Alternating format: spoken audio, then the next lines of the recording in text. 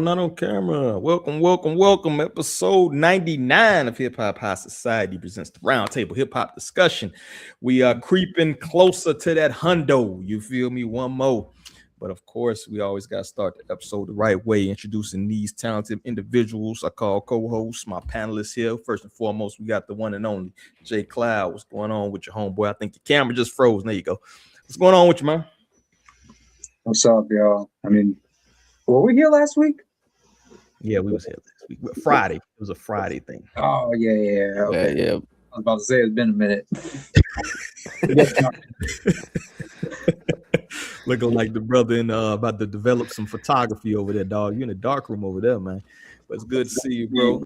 In good health, of course. And then we got the one and only man of mystery, man, Hotep, bro. You got to come from behind the veil, dog. I heard the federales dropped the charges. You can come out, bro. What's going on with you? Maybe you can't hear me. Hotep somewhere back there hiding. Giving you the silent treatment. I know, motherfucker. And last but definitely not least, the homie Obi. What's going on with you, Obi? Not much, man. That shit. Just chilling. Just ready chilling to talk. Always. Let's talk some shit, shall we? Let's get into the first topic we got at hand. Of course, you got Juneteenth tomorrow. And then, of course, you got some blackity black subjects going on. A lot of people talking about people is foul. First and foremost, we got the ever controversial Jay-Z. I don't know why he's ever controversial, because it don't seem like man do shit but rap and take care of his fucking family. But however, Jay-Z's Target controversy. Fucks this shit at advertisement. Come on now, Yahoo. Don't you do that to me, Yahoo. Jay-Z's Target partnership sparks fresh debate over black consumer boycotts. So it goes on to say the hip-hop icon's exclusive 30th anniversary release of Reasonable Doubt has reignited discussion about Target's relationship with black consumers and the lasting impact of boycott efforts. As fans prepare to celebrate the 30th anniversary of Jay-Z's landmark debut album, Reasonable Doubt, a new business partnership involving the rap mogul is generating debate well beyond the music world. Target will exclusively sell a special collector's edition of Reasonable Doubt. Oh, shit, they ain't gonna be mad about this shit. Beginning June 26, marking 3 decades since the album's original release in 1996, tongue-tied. The limited edition release features white vinyl, exclusive packaging, collectible inserts, and alternate presentation elements aimed at longtime fans and collectors. Of course, it goes on to kind of speak about the impact or the so-called controversy with Target, who people are supposed to be boycotting. I haven't seen a fucking boycott. You know, I don't think I got the memo. But apparently, due to the Target dropping the DEI efforts as mandated by the Orange Cat, they are now targeted as so-called for a boycott. So hearing everything that we know as far as the story and consumer activism and things of that nature, do y'all think the criticism is warranted, or is this selective outrage? And before y'all get into that, actually, let me play this one video. Shout out to the Rap Roundtable. I want to hear his opinion. Everybody's mad about Jay. He has a certain type of history of this, right? We get it. But me, personally, I think we're making a big deal about nothing. Now, listen, I understand where everybody's coming from, right? We're talking about the Jigger man, right? I like what you say, yes, Jigger. A couple of bad things Jigger, when it comes to capitalism, right? We know he's the famous billionaire, right? We know about the Colin Kaepernick. We're past kneeling, all of this type of stuff. So I get who we're talking about here, right? But I'm sorry.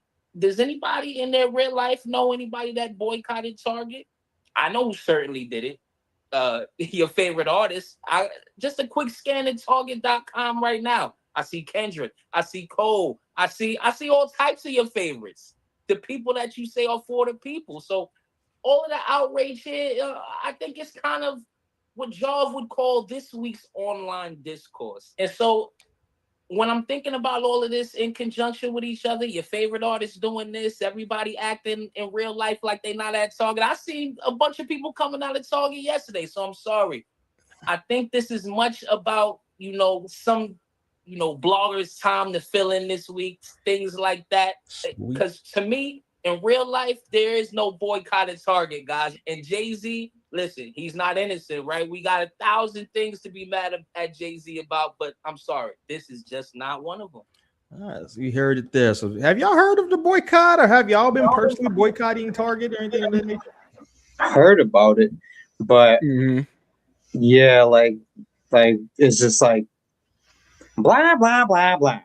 You know what I'm saying? Like it's nothing. It's nothing. People don't really stand on shit. They're still going to fucking Target.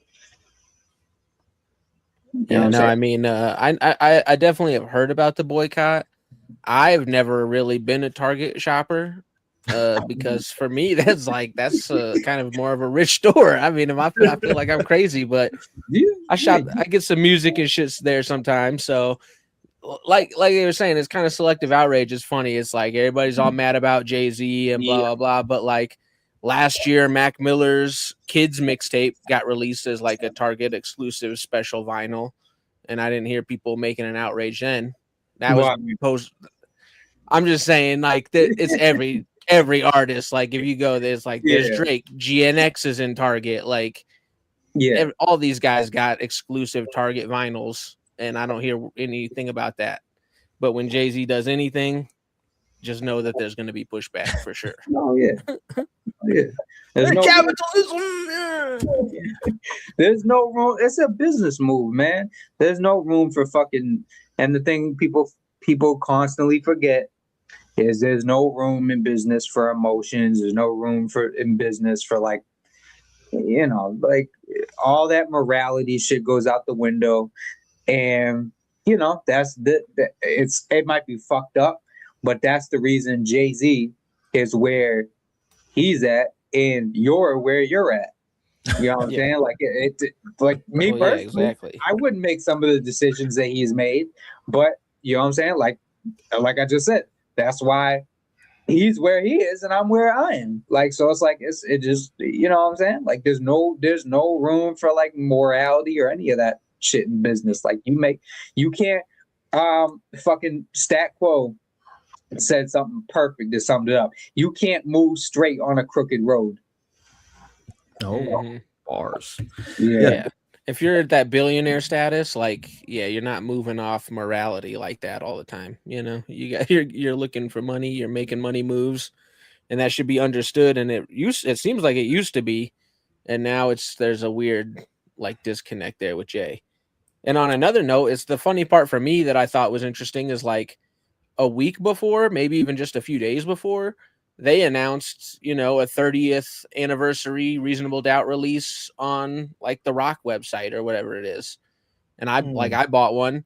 That's why I was like, oh, like people act like this is the only place you could get this new another copy of Reasonable Doubt vinyl. Like, no, you could just go buy it somewhere else. You don't have to buy it at Target. You don't even have to be upset or let it affect your day. But it's just funny shit. All these corporations are racist. All these corporations are racist. So It's like the single one out and they're like, oh, I'm not going to support them, but I'm going to go buy Levi. I'm going to go buy a nice pair of Levi jeans, like, or a nice Gucci bag, like new J's from a sweatshop in Asia that somebody fucking some blood diamonds. Yeah, go give me some but I'm new not diamonds. going to support Target. No, they can't have my money. like, come on, man. Like, I just find it funny. It's all for like views. People just want to be seen doing himself to be a civil rights leader. Yeah, want to be part of the discussion. You want to be part of the in crowd. And Jay never declared himself to be a civil rights leader either. He's a businessman, right?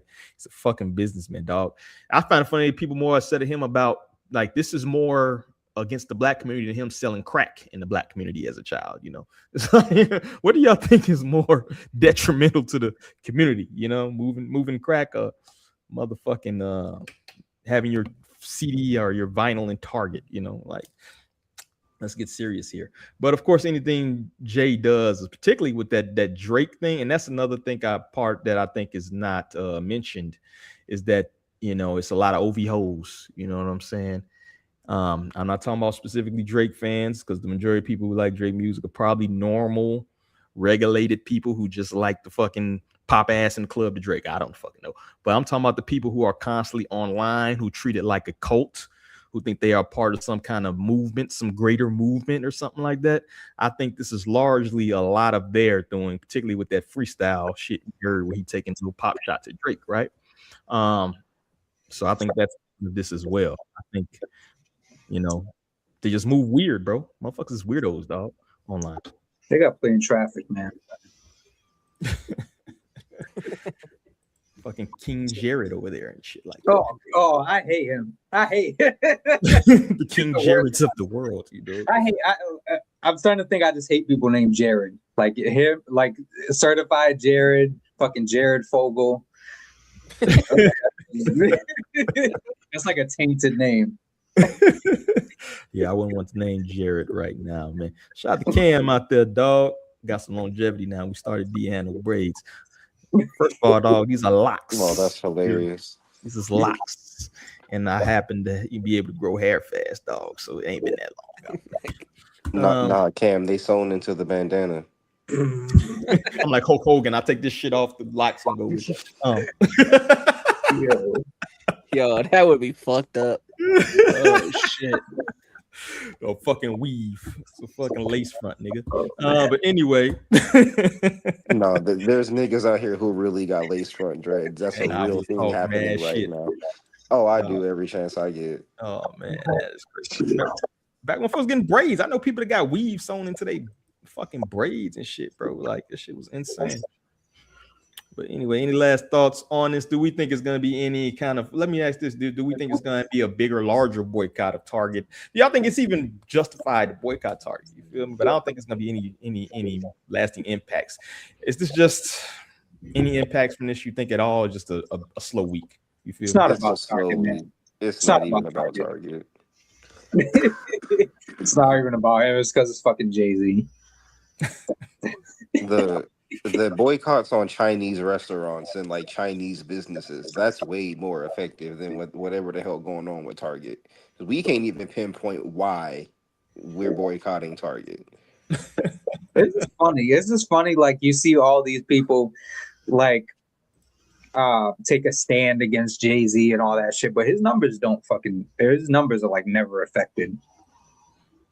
I feel like Jay-Z becomes a target because he's a billionaire. And a lot of these people are part of that whole like eat the rich subculture. So Jay-Z he's just the most known billionaire. So anything he do is wrong. Like they don't give Jeff Bezos them this kind of bullshit. Tim Cook don't go through this. Yeah, I feel like a lot of the people that gang up on him though are still listening to his albums.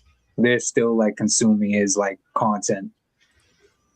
Because it's like an engagement thing to like shit on him at this point. Yeah, it's fucking weird, but it's like bro, you still listen to his music, like just. I think it might be older cats listening to Jay. You think the younger cats, anybody probably under 35, too much listen to Jay? Yeah, I mean, I would put that cutoff like a little bit lower, like probably like under like 25. Maybe. Yeah, but that may be the whole like that's the eat the rich age, the 15, the teenagers to about 28, 29ish, while you still kind of broke, and then you finally buy a house and you get a decent job, and that's like, well, I'm not sure about this eat the rich shit because I make $70K, $90K now, you know what I'm saying? There's a lot of people over 25, man. Yeah. Listen to them because I remember when I grew up, like Black Album was a big thing like around people my age, and I was like fucking what was I fucking like 12 when the Black Album came out, dog? People my age that were like buying the Black Album, bro. Like bro, that's another thing too. This is part of he's supposed to have a disc that's rolling out, right? Some new shit, correct? Presumably. Yeah, he's coming out with the album, so I mean, I don't think anything's confirmed. He not doing all this press for nothing. He's dropping an album. There's people that are there's people that are working on it. So you guys are. He's not doing all this press for nothing. He's not doing GQ. Yeah, I don't think he don't need the money. You know what I'm saying? You guys like Bink? Yeah. Not really to be saying this shit, but he's reuniting with Bink apparently. So Nice. Hell yeah. I don't think he's coming out for no reason. So I definitely think we're gonna get a rollout or album or something like that. My thing is, I wonder how that number is gonna do. And this might be a preemptive strike against that. That's what I'm thinking too in the back of my head. Like, fuck with him before the album drop type shit. You know what I mean? I think it's gonna be a lot. Because people are gonna. First of all, you have all the Jay-Z fans.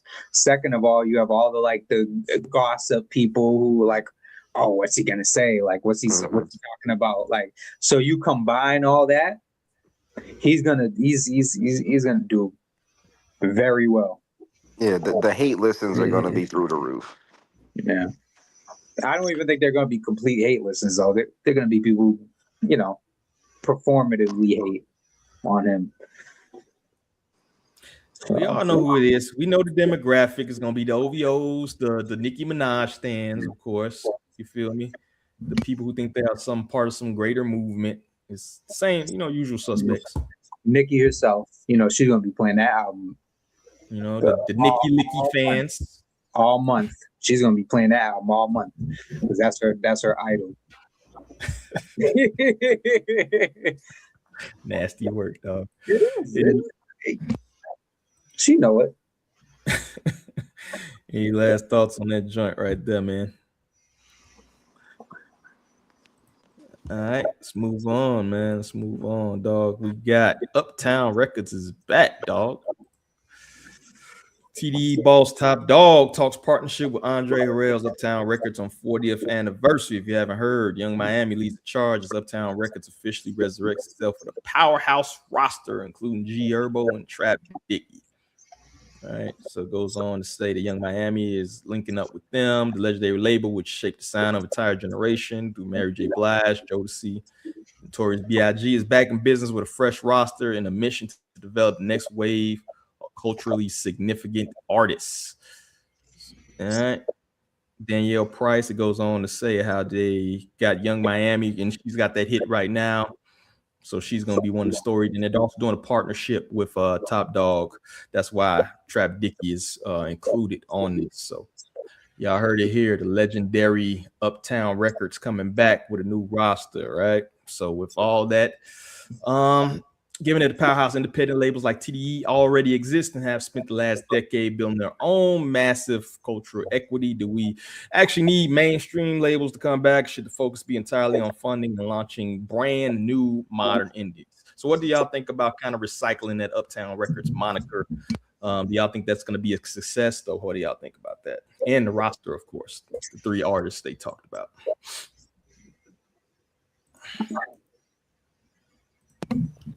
I mean, starting with Young Miami, I feel like is fucking lame as shit to me, but maybe that's just me.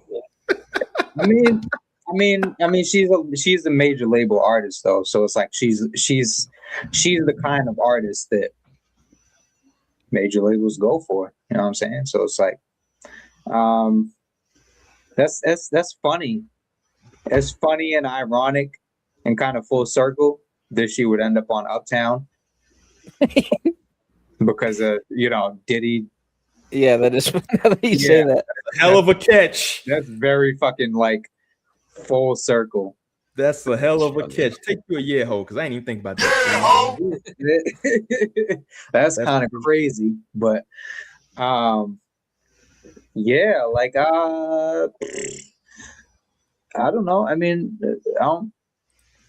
I don't really care about any of the people that they sign, so it's like I don't really know how well that's going to fare personally because I'm not like invested in any of them. But hey, man, hopefully it works out. I think personally, I think Trap Dickie should have just completely signed with Uptown Records because what the fuck, like, what the fuck is he doing on Top Dawg Entertainment? Like, he does not fit with any of them, and he's never gonna make a song with any of them. Let's be clear, because that's insane. Because what is that? What is that even going to sound like? That's just not going to work. Like he's he's never gonna work with any of them. So it's just kind of like they should have just bought his contract, honestly, because it's not my type of music, but I mean, I'm sure if he got with the right label, like who could invest fully in it, because that's the thing. That's also another thing. They're not going to invest fully in him either. So it's like you in a partnership deal. You know, you getting the money that you are getting split two different ways, and neither of the labels is gonna like fully commit to you. So it's kind of like I don't know how things are gonna go for him, but I mean that's happened before where a label was where an artist was like on like a partnership deal, and then they just went completely with like one of the labels. I'm not sure off the top of the head. Oh no, Meek Mill. Because he was with Maybach and Atlantic, and then he just went completely Atlantic. But yeah, like I think he would have fared better like that. But the rest of them, I thought G Herbo was on Cinematic. No, Mass Appeal. I never heard that. Yeah, he was on Mass Appeal for a bit. That don't even seem right too. But you know what? The big thing to me, like you was talking about the features or whatever. Like to me, that's the main point of even signing a contract with a major these days is probably to get those features that you probably couldn't get if you were independent, right? And honestly, Trap Diggy was already getting a lot of those features. At least artists that fit with the key glocks and all that shit. You know what I mean? Yeah. About you, Obi, what do you think about the Upsurgent Uptown, dog? Yeah, you know, it's I think it's a solid start, right? Like I know I gave it shit for Young Miami, and I still am not like a fan of her or that song, but I get it. I get Obi ain't spinning that shit. no, that's not gonna make my. I mean, I'll give it. I'll check it out one more time, and I'll, hey, listen, but no, but G Herbo, that's not bad, and Trap Diggy. It feels a little, I guess, unexciting at the moment, but maybe that'll ramp up. I mean, what other record label has actually like relaunched and been exciting? Like all that Death Row stuff that's been out since they've come back, since Snoop bought that's been fairly mediocre from the shit that I've caught. Yeah. I mean, new corrupt and Battle Cat coming out soon. So but that's the thing too. He like signed a bunch of his old homies. He like got like he would have got corrupt. I mean, they still dope. So it's kind of like you can't really mess with people like Corrupt. That Jane Hancock story is dope. Yeah, like Loud relaunched. They got what's the name? Lord Skull. Okay. Yeah, no, I do like Lord Skull. Yeah, I don't know who else they signed, but I know yeah, I'm right with that, right? Steve Rifkin signed Lord Skull. I'm checking into it right now. Fucking Dante Ross. That you might be, and I also need to. I think you might be. I think I've seen him with Dante Ross. If I'm not mistaken. Yeah, I feel like it's too much nostalgia, bro. Like just from a record label standpoint, it's almost like how many fucking like Fast and Furious, how many remakes of movies have we seen the past years? You feel me? I almost feel like we're relying too much on nostalgia at this point as a society in general. And I want to see like some new fucking No Limits. I want to see some new fucking Cash Monies. I want to see where the fuck is it at? You know what I mean? Salute to Gotti, CMG doing their thing or whatever. But outside of that, I don't really see like that new conglomerate label. Where is it at? We've seen a lot of relaunches and imprints that go nowhere and shit like that. So, I do want to see that. You feel me? Yeah, but I mean that requires everything coming together. That requires like the the business mind, the A&R, going to seek out artists, and then them That's getting. my point, though. Where the fuck is these entrepreneurs at, dog? Like, I mean, I think the last one we saw was what, QC. Yeah. But that was like Coach K and what's old boy Q. They Yeah, already did some shit around for a while. They've been around for a minute, so it's That's like what I'm saying. They old, yeah. bro.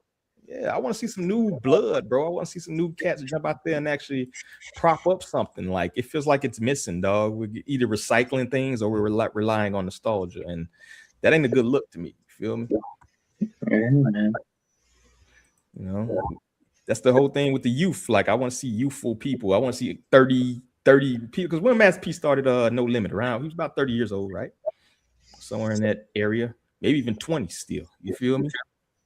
Want some more of these young entrepreneurs out here, dog. But where do we see it going? Do we think they're gonna sign anybody else, or this is gonna be it? They're gonna roll with these three, bro. You see anybody major going over there? Well, yeah, they're gonna sign more people. But It's possible. Yeah. I don't know how well it's gonna go. But you signing Uptown Cloud? They throw you an offer sheet, dog. You taking that? No.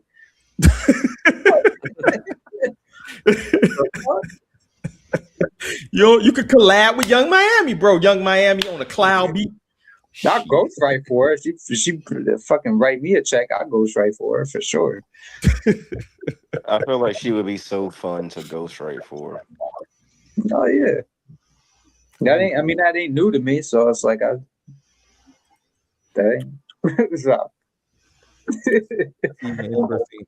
You would sign to a major in 2026, Cloud? Anybody?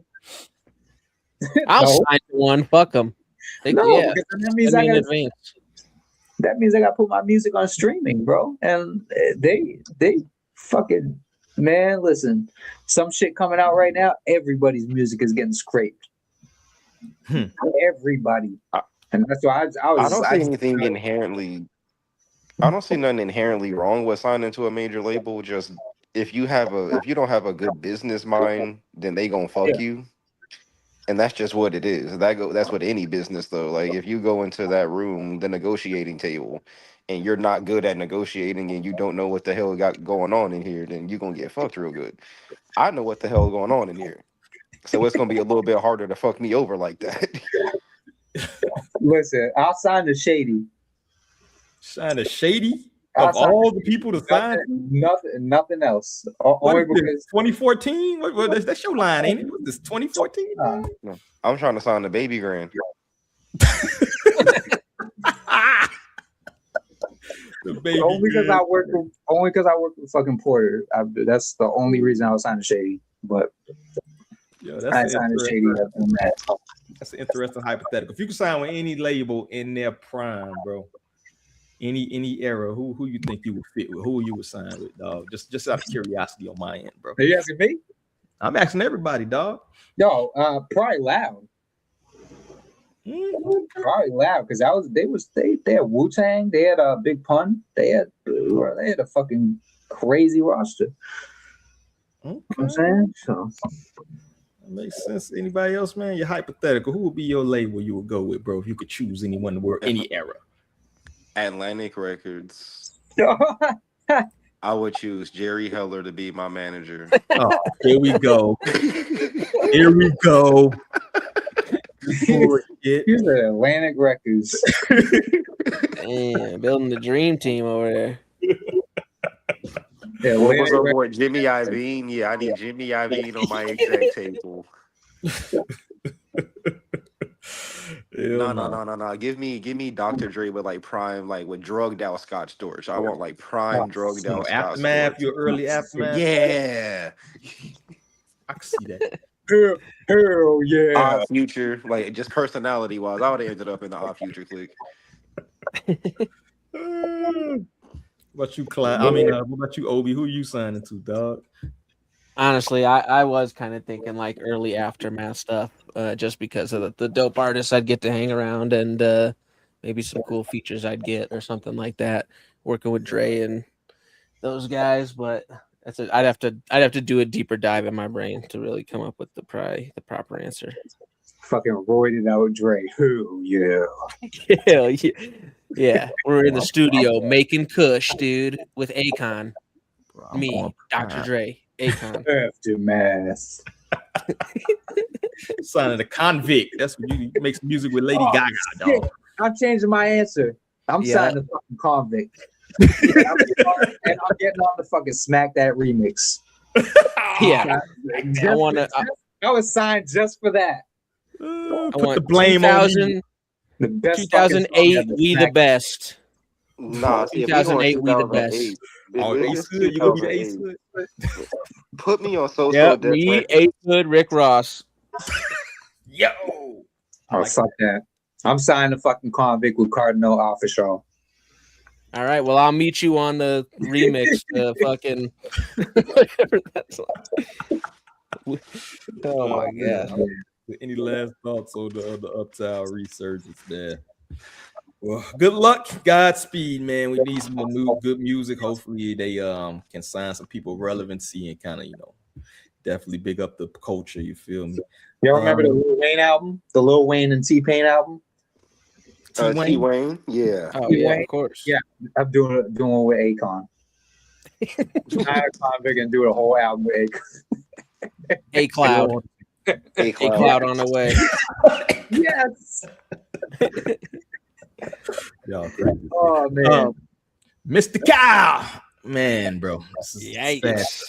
Almost got the crash dummy, but this is too too disgusting of a thing. But rapper Mystikal has been sentenced to 20 years in prison after pleading guilty to raping a woman at his Louisiana home in 2022. The victim says Mystikal choked her, pulled the braids out, and forcibly under her. After she spoke, the rapper told the courtroom, "If I did that to you, I deserve that max." So it's kind of like a half-ass apology. I believe he's trying to appeal or something like that, saying that he was coerced or something of that nature. But as of now, he's got like 20 years. He's already 55 years old at this point. So, if he does come out, he's going to be a senior citizen for sure.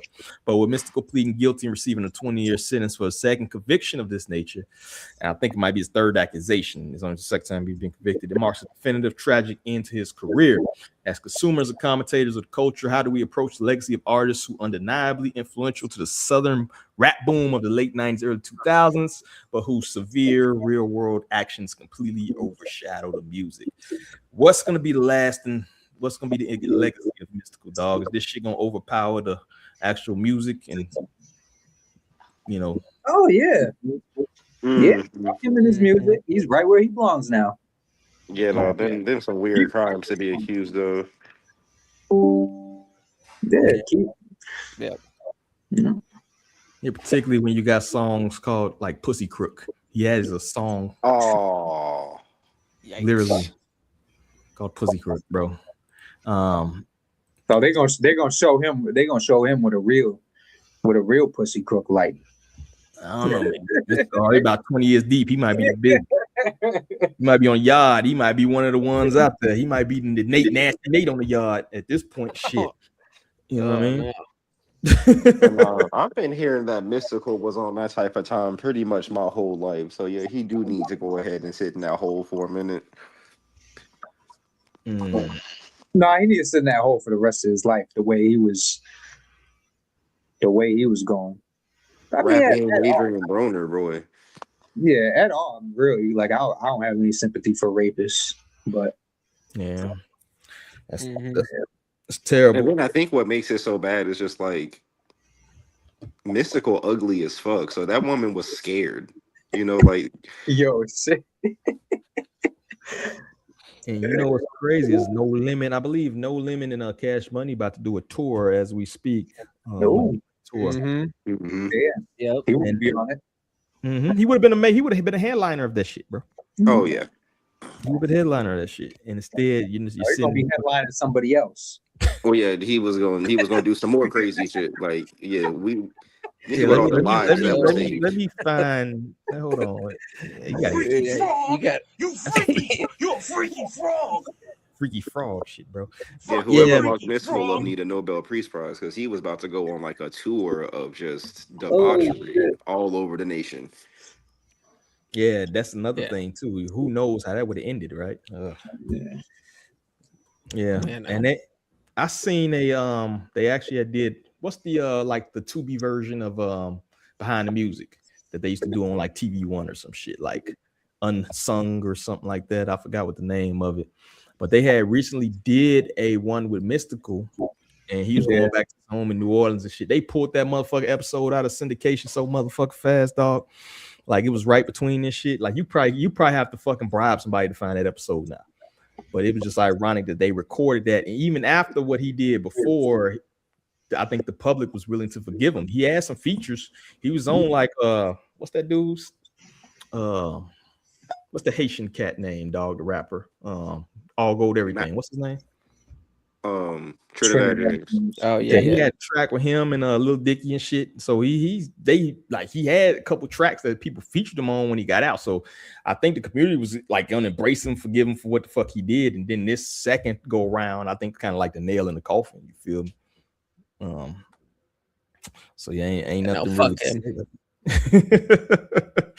Like your music probably gets taken off in the club now. You feel me? Which it sucks because if they're doing that tour, you know, he has prominent verses on a lot of those songs. You feel me? What are you going to do now when that verse comes up? You know what I mean? Yeah. I don't know. I mean, I feel like it'll go over the same way like our R. Kelly song goes over. Like, no one's turning it off just because Mystical's rapping right now. Like, what he did was terrible, but like you said, he too all over the place. Yeah, but I mean, at to... the same time, bro, nobody really gave a fuck about Mystikal like they did R. Kelly. Yeah, I don't know about that, dog. Depends I don't see a crowd booing Mystical's verse on like a prominent track that he's featured on. Like, I just don't see that being in the cards. That's assuming they even know who the fuck he is, though, bro. Like, we're in a new generation. But I mean, for that tour, that's gonna be older cats in there. I don't think. Yeah, what is the demographic that'll be at the No Limit? Young Money. That's definitely a 45 and up. Maybe so, but like that's what I'm saying. Like people don't people around like my age would know who R. Kelly is. Like younger people are not gonna know who the fuck Mystikal is. So they're not gonna have no connection to him whatsoever. All they know is this. All they know is headlines like this. I feel like if you don't already know who Mystikal is, then this headline is gonna go right over your head, though. Yeah. Well, I mean, there's been so many headlines like this, though. That's the thing. His name is like synonymous with rape. You know what I'm saying? So it's like yeah, man. If you under 30, bro, like you know more about him from Matt than you know about him from his music. Because I mean, when's the last time he put music out? Probably 2022-ish, maybe before he got locked up, 2021-ish. Features and shit like that. Nothing major, nothing that charted, nothing that nobody would know. You know what I mean? Yeah, so it's like it's not gonna be. Yeah, just sucks that No Limit, that because that's almost like the crowning achievement of the South, right? And he was an integral part of that. It just kind of sucks that that's tainted with this shit. You feel me?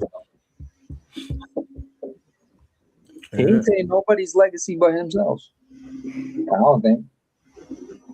Yeah, shit, you don't want to turn them songs on. You know what I mean? Somebody might want to throw "It Ain't My Fault" on. You be like, "Fuck, did I do that?" You know what I mean? You don't want to hear that shit right now.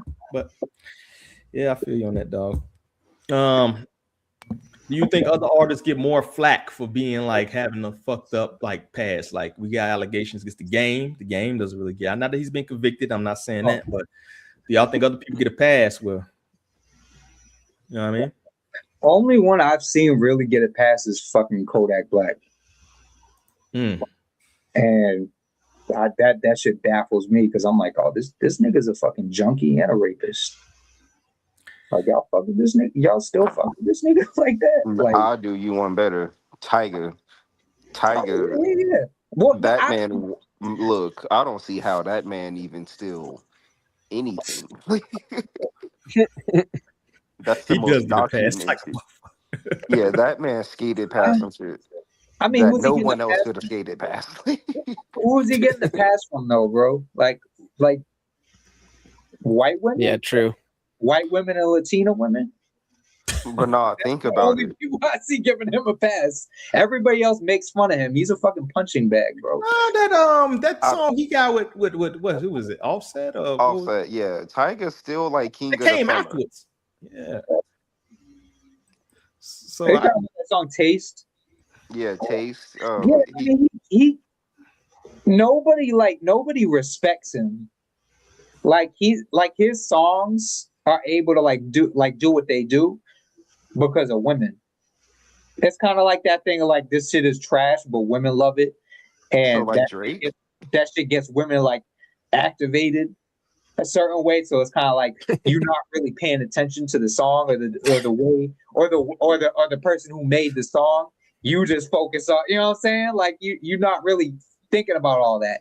So that's kind of like, I don't look at that as him getting a pass, but he definitely like rides that wave of like strip club music. He always has, but yeah, I think talk about him directly, niggas don't really give him a pass. Like, oh, that nigga's a creep. That nigga's a weirdo. You know what I'm saying? So shit. If that's the case, like I said, it's a lot of that. If that's the case, what's it? Chief Keef, dog. What's that girl? The Catch Me Outside girl said she was partying with that motherfucker when she was like 16, dog, 15. Yeah, or she's something still like thin. they had her in rotation at 15, 16 years old. Dog. Yeah, I was just about to say everybody was, and that's some crazy shit to say, but she was a blunt rotation kind of person. that's disgusting. Yeah, so I think if not saying they on the level of Mystical at all, but I think it's a lot of shit that people just kind of overlook unless it becomes something where you get in 20 years, 30 years and stuff like that, right? A lot of people's legacies could be on the line. If that's the case, you feel me? If you really did a deep dive into the music industry, but I mean that's too far down the rabbit hole for this motherfucker. That's the whole episode in itself, to be honest with you. You feel me? All right. Any last thoughts on that joint right there? I don't listen to none of these people, man. Once some weird shit comes out, I can't like unhear that shit. I'm good. Like I even had to I started listening to fucking Quali when that shit came out. Now, I'm not talking about that. I'm not talking about that whole internet shit where like he had that whole thing with that grifter. He was a grifter. I mean, he was even before that. He was moving funny on the internet, dog. You know who I'm talking about? That Maya girl. Like She talking about shit that she talking about doxed them and called them names and all that. Yeah, she's a fucking grifter, and she stole fucking $50K from people for legal fees for a case that never happened. That was bullshit. But yeah, like I there was some shit before that got scrubbed from the internet. I'm not gonna get into it. Yeah, he had lost his shit though. He was calling all types of people Nazi. He was kind of like Maj Toure, who does like free like weapons training and you know what I mean, calling them fucking Nazis and shit. Like, bro, hey man, he was on some other shit, man. Let's pull this up. We got Russ, man. I'm gonna play this video real quick. And we're going to the prompt after that. The last time we had a monolithic hit was Not Like Us, right? Yeah. Mm-hmm. But before that, it was The Box by Roddy Ricch. Yeah. And look what had to happen for Not Like Us to even become this monolithic. Look at the circumstances. Yeah. The two biggest rappers in the world had to get in a super public beef for us to get a hit song that used to be what Flow Rider would do. Yeah. From a monolithic united stamp. You know what I mean? True. Yeah. I know. Like, that's I've never wild. purchased a Flow Ride. I know. No. every No, word. but I'm saying where You know it's every like, word to right round. Yeah, totally. Yeah, that's what I'm saying. It's totally. that's crazy that in order for us to even catch this sort of like omnipresent hit as a culture, it took Kendrick and Drake beefing publicly back and forth. Yeah, like even Taylor Swift, it's like I don't No, really that know. Like, you it don't just hear- exists over there. Everything Yeah. basically exists over there now, and over there, and over there. You're right. It's all separated. We're all living in our own silos. So it's like, really, when you meet people, it's like, yo, what algorithm are you in? You know what I mean? Totally. That's what it is No, now. It's for fucking real. crazy. And The last The algorithm. I heard that before, right? That might be one of our topics later on. But Russ argued that hip hop is in a decline because we don't see monolithic records. I don't believe. I mean, I think he meant crossover hits. That's what I think the word he meant. And I claimed that the last true one before Not Like Us was Roddy Ricch's The Box all the way back in 2020. Is this a sign that hip-hop itself is losing its grip on the mainstream, or just a reflection of the fragmented streaming era where a true monoculture doesn't exist for any genre anymore? And is that actually a good or a bad thing, right? So what do y'all think? Do the crossover hits not popping no more? Do y'all think that's a showing the decline of hip-hop overall? Or this nigga said The Box. I would say it's a decline of like pop music, because the rappers are still rapping, but we don't have that many pop stars that's really hitting on shit nowadays. Yeah, but bro, there's been so many big songs since The Box. Songs that are also bigger than The Box. So it's like that. Like, what made you go to that? We got that Big X the Plug song, Shabuzi. I mean, there's a lot. Shabuzi is not like, I mean, crossover hits. When was the last? Let's go crossover hits since The Box. What you got? When did The Box come out? 2020. It might have been before that, actually. This had to be before that, right? I say crossover hits the past year. You name any hip hop ones? Past year. The past year. Outside of Not Like Us. Since we had one since Not Like Us, a crossover hit. I mean, the fucking Nokia. You could say Nokia. I know people won't like that answer, but that was like the closest thing that he had to a hit since then. So, and that's kind of like, that's both. So, I'm sure I could think of some others, but like, but we gotta think. That's the problem. It's like you used to didn't have to think about a crossover hit, right? In that Jay-Z era, the early 2000s, 50 Cent in the club shit, right? Prior to that era, everything was a crossover hit, right? Everything went over. I think Hotep hit a good thing that we're not pop. Hip hop is not as pop no more, right? But that's different though, because we didn't have as much access to music as we did. So like 50 Cent in the club era, we didn't have Spotify and Apple Music and all of that. We were pretty much told like, all right, cool, this is kind of what you're listening to right now.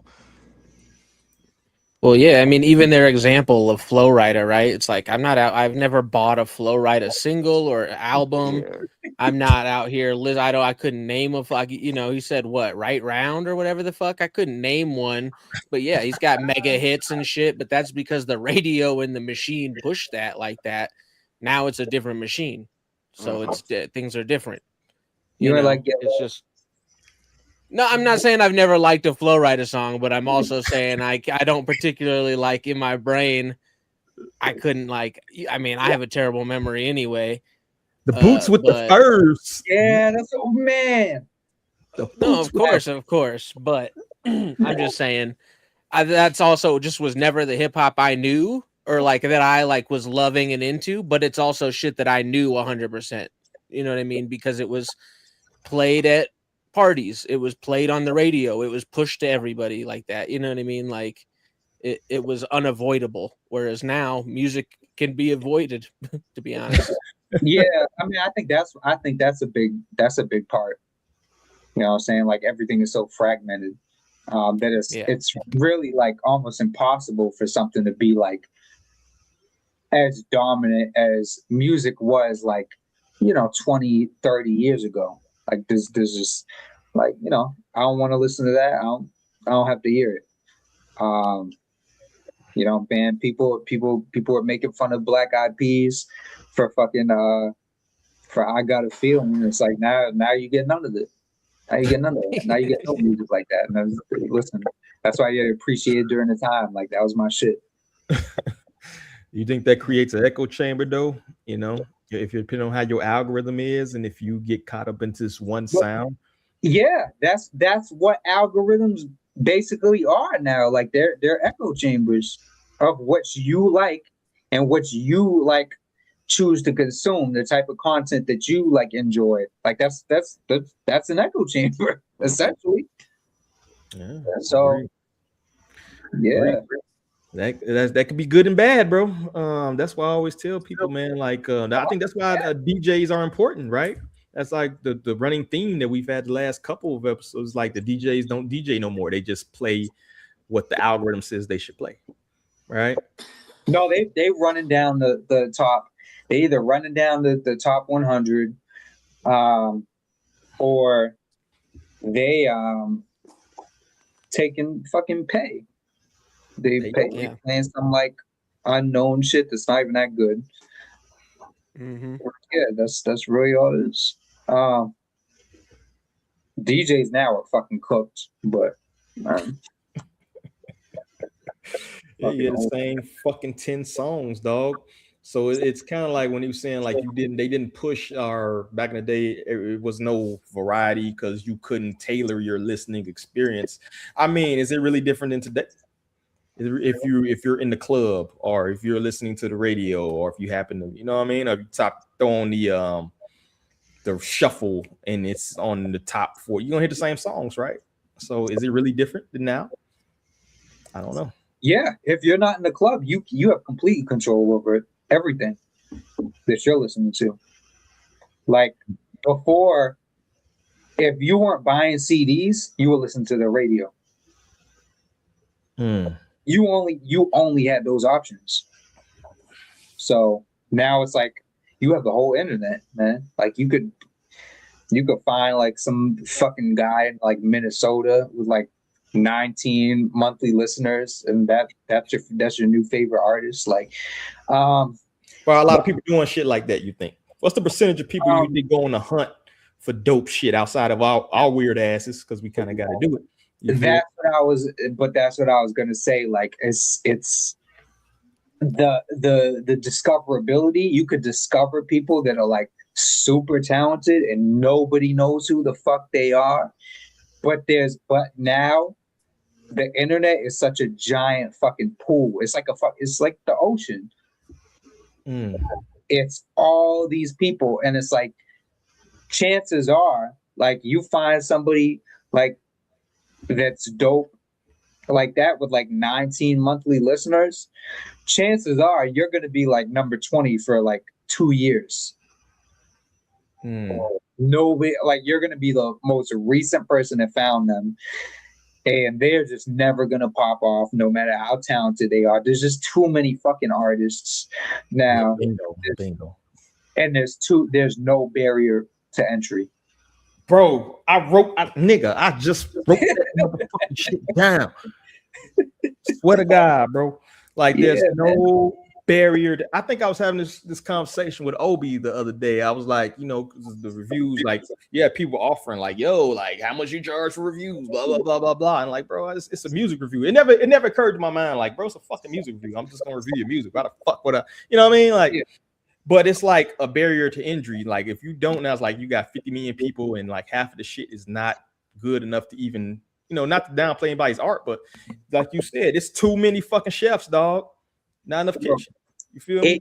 Yeah, man. Like, if you were not buying studio time, you had to spend like it would cost you at least like $3,000 to get like some fucking studio equipment together, and you had to like dedicate like your time to like making $3,000 specifically for that, and not even probably more than that. Probably more than that. But yeah, like now you get a mic for like $100. There you go. That's so many podcasts. That's why it's a billion podcasts. Then you illegally download some like FL or Ableton or something, and you good. And you also had to like leave. Speaking of echo chamber, you had to leave your house. You had to go. People had to hear you in the booth. People had to hear your music. People had to. It was almost like a built-in quality control, because you know motherfuckers in the 90s tell you like, you fucking suck, dog. Like, you know what I mean? You finna spend $3,000 and you fucking suck. That's a waste of everybody's time and money and effort, right? So I do think that it's great that the certain gatekeepers aren't involved anymore. At the same time, it's like all the inmates running an asylum now, dog. You know what I mean? It's no. We going from one extreme to another extreme. You know what I'm saying? I think gatekeepers were the last hope we had some sort of order. I know people hate Ebro and I'm not even just talking about him specifically, but people like that were very like, we can't let all y'all through the fucking door. People like that with that mentality. Now that they're all gone, shit is fucked. Until they're replaced with people that are like, no, this shit is garbage. We're not playing this shit. We're not sharing this shit. Like, come on, man. Yeah, no, we need gatekeepers. The gatekeepers exist for a reason. Yeah, man. Yeah. Need some kind of quality control, man. I definitely agree. Actually, that But conversation. at the same time, you got to be qualified to be a gatekeeper. Who's going to gatekeep the gatekeepers? Who's going to quality control the quality control people? That's therein the problem lies, right, dog? I mean, there are people who I could think of off the top of my head who are like, all right, so this person would be an amazing gatekeeper if we needed him in that position. So like Jill Scott, Tyler the Creator. I'm trying to think of a third person. Freeze Jill Scott. Yeah, Jill Scott would be kind an of out amazing left field, but I let it slide because I like Jill Scott does. But yeah, I agree with you, Hotep, man. Like, you need certified people, but that's what like Method Man was talking about beforehand, because he was talking about the generation before him, the Curtis Blows of the world, and them cats. He was like, when the Wu was coming on, them cats wasn't really giving them the cosign. They had to break the door down. You know what I'm saying? Like RZA and them, they had to break the door down on their own. I think that has been a running problem with hip hop in general, is nobody wants to lift up the next group of people. So when they break the door down and they come with some shit you don't like, you can't complain. You know what I mean? If they like, well, are these people in hip hop even in a position to help you up? That's another thing, because we don't own our music for the most part. So how can I help lift up the next guy if I'm not even really lifted up to begin with? You think that's the problem, or do you think it's more ego? We already had it could be the both. sign the rapper shit, right? I mean, it could be a little bit of both. Two things can be true at the same time. I'm not in the position that I want to be in, and then here you are, an up and coming star. So you might be poised to be in a position that I want to be in. So I'm not about to help you be better than me. There's a whole lot that goes into that. Yeah, I always think about the Jeezy. Like Jeezy had like Freddie Gibbs sitting down there, fucking Bankroll, Giovanni sitting there. It's like, bro. Well, no, Freddie Gibbs was just Freddie Gibbs was an asshole, and he fucked his own blessing up. So that ain't no Jeezy. The talent sitting there. I'm just a general, man. A lot of people had a lot of talent sitting there. Like, look at the old Grand Hustle, dog. You know what I mean? It was some talent came through them doors, you feel me? But any last thoughts on that joint, man? Nah, and what's next here? Oh, I get the crash. I'm crash dummied up real quick. Let's do it. Hey, Dad.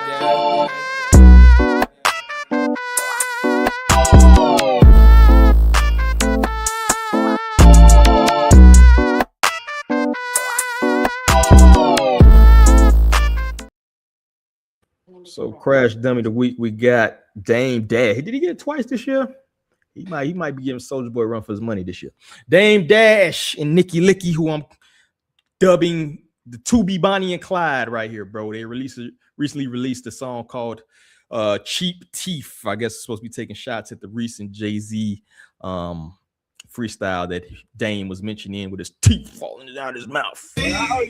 Cheap teeth. We were looking for the hustle, so happy it's you. When a mouth couldn't listen, and that's stupid as you. I'm sorry, I know it's elder abuse, but somebody needs a spanking, and I think that it's you. Who the fuck disrespects that OG? The motherfucker helped you, and he helped me, and I think it's looking plain. All right, that's all I can take. This is Nicki Licky with the motherfucking That's a real person. I thought you was like you was like a Nicki diss or some shit like that. No. That's a Midwest tweaker if I ever saw one too. Yeah, holy shit. I thought that was Winnie whole time. Nah, dog. Guess we're not getting a J album, man. Guess we're not getting a J album. You gotta go into the hiding. You gotta reconsider some things, man. And this is who Dame Dash dubbed reminds him of Aaliyah. This right here, dog. This right. Oh, so she fucking him, and he 15. This is white lesbian Aaliyah. That's what he said. This right here. Oh my god. And here goes his story. I wanted to pull this up too as well. Oh my god. Well, I'd be like, yo, go get the gun because people are with me and shit, and she'll go get it and pass it to me. She's passed me the hammer before. And when I've gotten in situations where there's like 10 guys in a room, and I'm like, I'll all y'all up because I do that a lot. She'll feel so empowered that she'll be like, what you doing? And push the guy, and I'll be like, yo, don't do that. You know what I'm saying? Like, she thinks she's bigger than she is sometimes. Tubi, Bonnie, and Clyde. Get the blicky, Nikki. This is what we're dealing with here, Dame Dash. I never thought I'd see the day that the OG devolve into a fucking cornball. But here we are in 2026. I don't know what the fuck you're thinking about, Dame. I don't know what's going on in that brain, dog. I don't know what the fuck is going on. This ain't it, though, dog. Nikki Licky is not the fucking next coming of fucking Aaliyah. Nikki Licky ain't the next coming of win, dog. You need to stop it, bro. Like, this is the bad look in your golden years, dog. I'm actually happy for him, like not on a business standpoint, because that's gonna fail. But like, look how happy he is. Like he got him a woman that makes him happy, and you know, I feel like we all want that. He got a wife. Yeah. Oh. Like his shooter or something. But you know how that shit go. You know, This like is his myth bleak, dog. This is not a good look. Niggas who loves don't never really be a wife though, so it's not like that disqualify her from anything. No, but it's like this nigga got a wife. Like it's like, bro. I hope not. I hope you're not. Nah, he got him a good shit. It comes out that he's wife in the Midwest tweaker, dog. That's the nail in the coffin, dog. I hope you're I not. guess Georgiana cost too much or something because he could have went and got her. That's crazy. But anyway, man, Dame Nikki Licky, man, y'all gotta get the fucking. I can't even say that name. I'm never saying that name no more after this episode. But big old car crash. Imagine if we found her in '96 and she made Reasonable Doubt. she run Rock Nation. Terrible. But well, it's like, how long has he known her? He's 55 years old and said that she's passed him the hammer. It's like, you shouldn't be getting. You don't be in situations where you need to be past the hammer, Dame. I'm certain she's probably not too far off either. Oh, she can't be too far off from his age. 38 and a half or something. Yeah, nah, she she might have made him to change her name to Nikki Blicky. 48 and a half. Yeah, no, I was just trying to be nice, but yeah. Well, anyway, man, let's listen to some music and cleanse the timeline, like they say.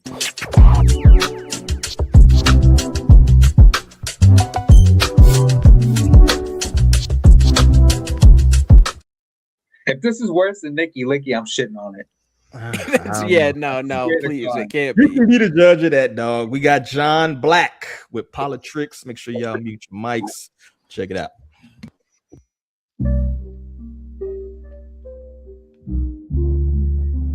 You're going to see the golden age of America, frankly, and you're seeing it now. They tell me working out is hard. I tell them living is harder. To watch the whole world being led like lambs to a slaughter. Beaming up social media, looking at the Carter. And we so high on that dope that people don't even bother to stop them from snatching veteran benefits from our fathers. Agent Orange in the river, and they swim in that water. My pops fought in Vietnam, and the things he got after.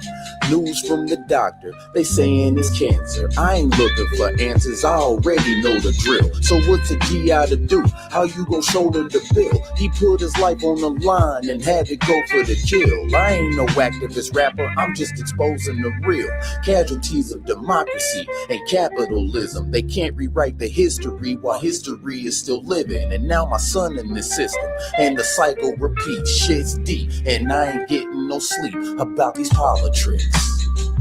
$225 million on furniture, $2 million on king crab, nearly $7 million on lobster tail, and $15 million on ribeye steak. Politics. This guy doesn't know what the hell he's doing. He doesn't know what he's saying. He doesn't know who to speak to. We don't He's lost. He's a lost soul. Our president is a lost soul. It's pathetic. Look, It's pathetic. I don't care about borders. This is God's land. And every rock formed out of God's hand. If they made it, then they made it. Guess it's God's plan. But that's just my opinion. So where do y'all stand? Who keep your restaurants going? You need some fruit, who pick it? You need a new home built? Who you think gon' build it? When you cook for your kids, guess who slaughtered your chicken? Who you think DoorDash when you too lazy to get it? I see political games for political gain. Prices keep going up, they don't do it for us. They ain't feeling our pain. Politicians don't relate cause we ain't living the same. The immigrants is to blame or they just don't care. Cause we invest in the rich but we ain't getting our share. I make songs like this for my sons to get them prepared. And for anyone who isn't aware, you gotta watch out for them politics. I don't think about Americans' financial situation. I don't think about anybody. I think about one thing. Politics. Yeah, politics. Is if we won the war, why are they preparing to send thousands of more American troops into harm's way?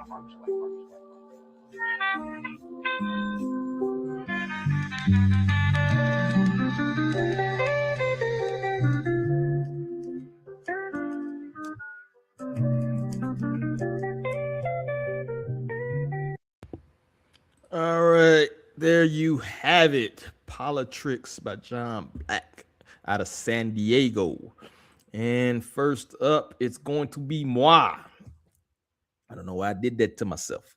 Let me think. I think it was I was feeling the message. I think it was a decent message, but especially during these political times we in, you feel me? A lot of people getting blamed for other people's shit, you feel me?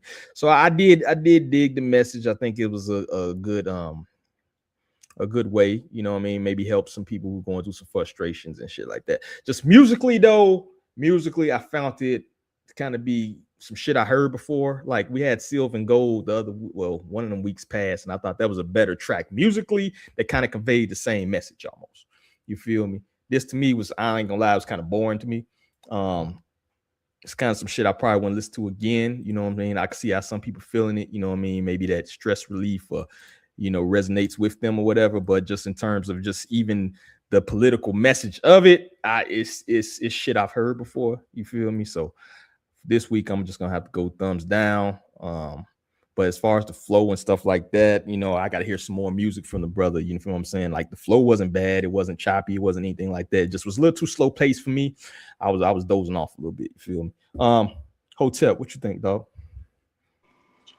I didn't enjoy it as like sonically. The message was there. I did like what he was talking about was making sense. You know, like he was really getting into some deep stuff there. But at the same time, it wasn't fun to listen to. I wouldn't listen to it again. The beat was very repetitive.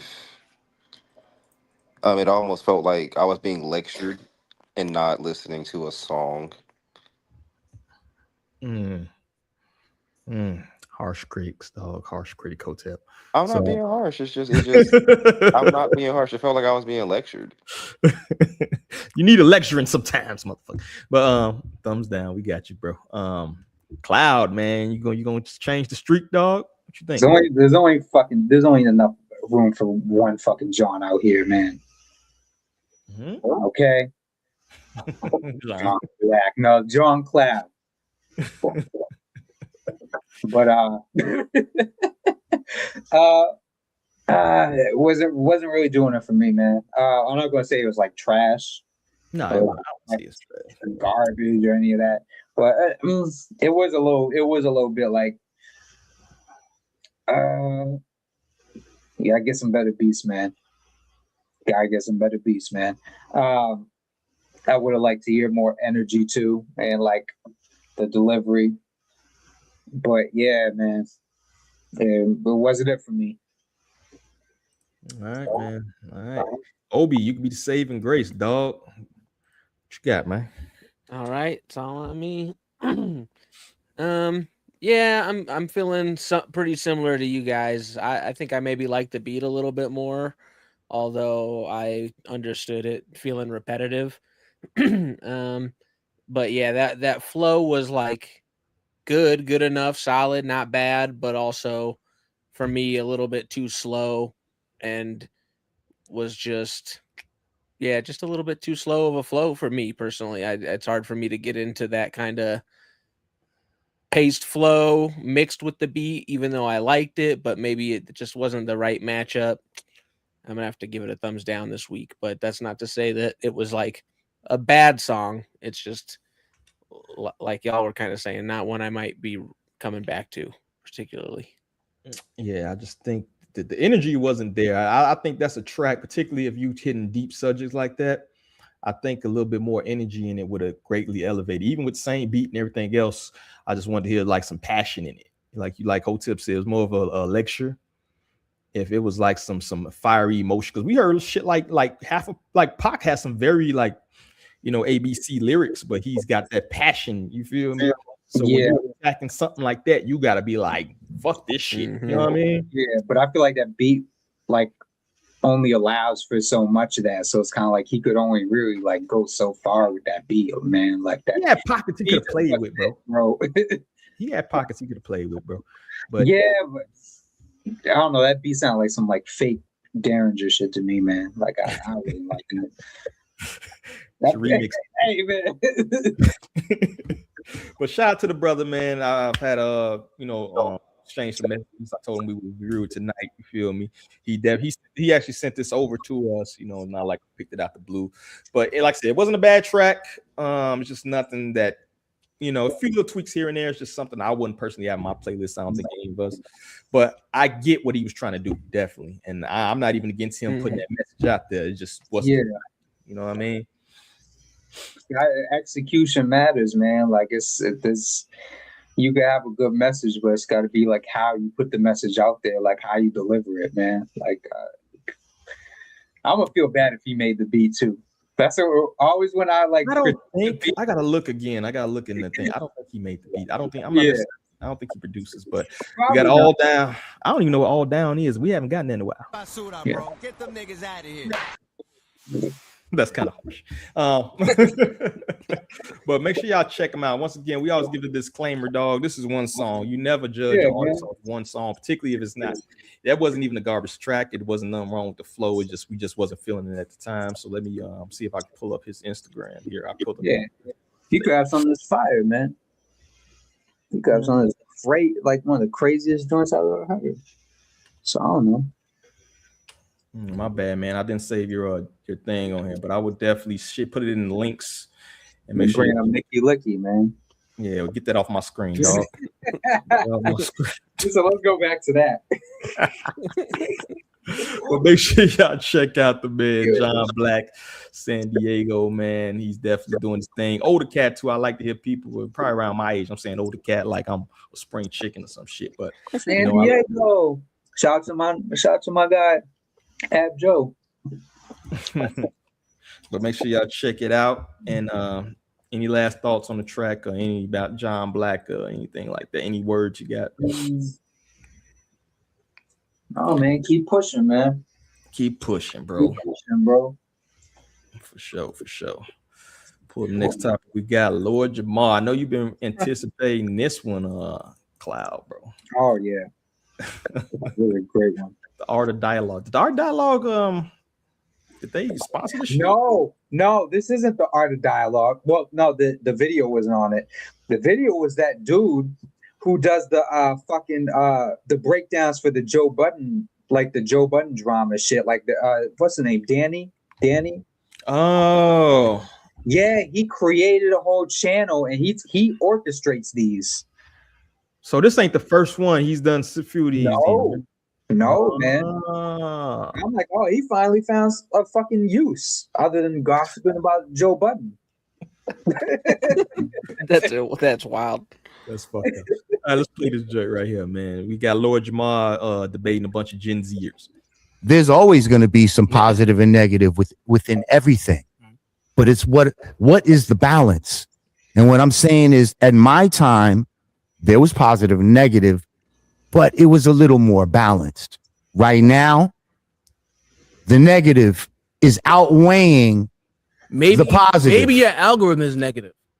I would argue that maybe it's your algorithm. Do you really think it's my algorithm? I'm pretty sure. Someone who So Cardi B is just my algorithm. Meg Thee Stallion is just my algorithm. I'm sure if you were searching only church music or some Common or somebody who's boring and Common lame, is from my era. Don't try to claim Common. I'm pretty sure if you were only searching up conscious music, I'm pretty sure Cardi B wouldn't pop up on your timeline. It wouldn't pop up. It's not about me searching. See, I shouldn't have to necessarily search for this and that for an algorithm to come at me. I'm saying what's popular in your generation right now has less positive messages than my era. You will say, oh, we have positive messages like, make money and you see what I'm saying? Get on the internet and get a bag and be independent. Be independent. F the label. But at the end of the day, label. Huh? We're saying F the label. Yeah. Back then they were getting F by the label. She was like, yeah, you right. Because now we have information with the internet, but that's a whole other claim. That's a whole other time. Right, but see, so you're independent, but you're not using that independence to really have an independent voice. You're independent and still rapping about corporate shit. Still rapping about shit that's not uplifting us as a whole. You're still rapping about wet ass and stupid shit. Why is that bad? That's bad. That's bad. That's not negative. That's not negative. You're saying that's wait.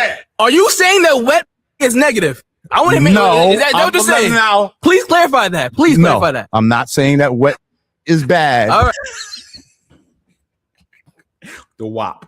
So there you have it. I ain't gonna play the whole thing. It's about 5-minute video, but you get the gist of what was going on here, right? And this is kind of the bigger messages that I want. This is the part I kind of want to focus on anyway, about the balance. He's saying the balance is thrown off, at least as far as this clip. Is what? How long was the conversation, Cloud? The whole thing? About an hour? 45 minutes. 45 minutes. First of all, man, when that nigga said people who are boring and boring and lame like Common, I would have knocked that fucking microphone stand off his fucking head. And Common to get him beat up, to be honest with you. Remember Reed's on corners with the foes and the moes. You know what I'm saying? Don't play with Common. Like, like that nigga corny, bro. But yeah, like this is I wouldn't say there's more, because just naturally right now there's more artists in general. Because like I was saying before, there's no barrier to entry. All right. Everybody can just pick up a fucking microphone and make a song and upload to SoundCloud or DistroKid. But back then there was more of a I guess I would say corporate spotlight, because there was like Diggable Planets, Black Sheep, De La, Tribe, even Dead Prez, like near the end of the 90s, Brand Nubian, Dream Warriors. I could fucking go on. Common, you could go on and on and on. But people like this that don't know shit, they want to talk about like you didn't have any positive hip hop back then. It was just all NWA and like Mobb Deep and like come on. And I even mentioned KRS-One. Like I could I could keep going, bro. Like there was, like, as far as people who were supported, people who were backed by labels, there was like more positive hip hop was championed back then, for sure, for absolutely. That's not really like debatable. Yeah, I think they should have changed the wording, like to more positive hip hop was championed and supported back then than now. Well, why is that? I mean, that's a broader conversation, eh? A broader conversation, I should say. Because corporate didn't have as much of a stranglehold on hip hop versus now, where it's like we're completely like subservient. If you're in the major label system, you're like completely subservient to you know, the type of records that you have to make or the type of mute. And even that aside, just the music that they're choosing to support, like just the acts that they're choosing to sign.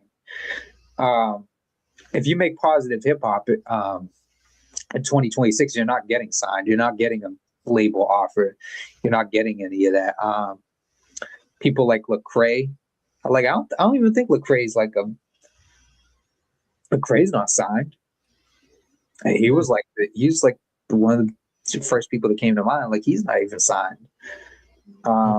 Yeah, man. Like you not getting a fucking you indie.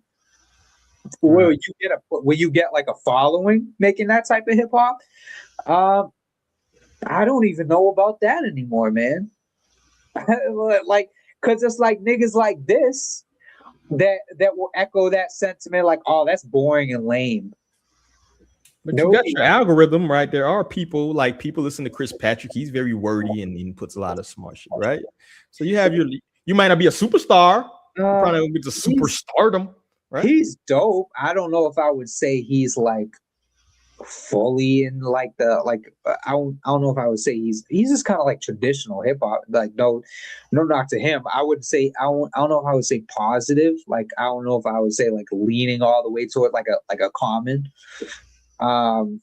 He's kind of like traditional, but it's like as far as people putting positive messages out there like that, like Dead Prez, people that were making like songs about like being like health conscious and shit like that. Like I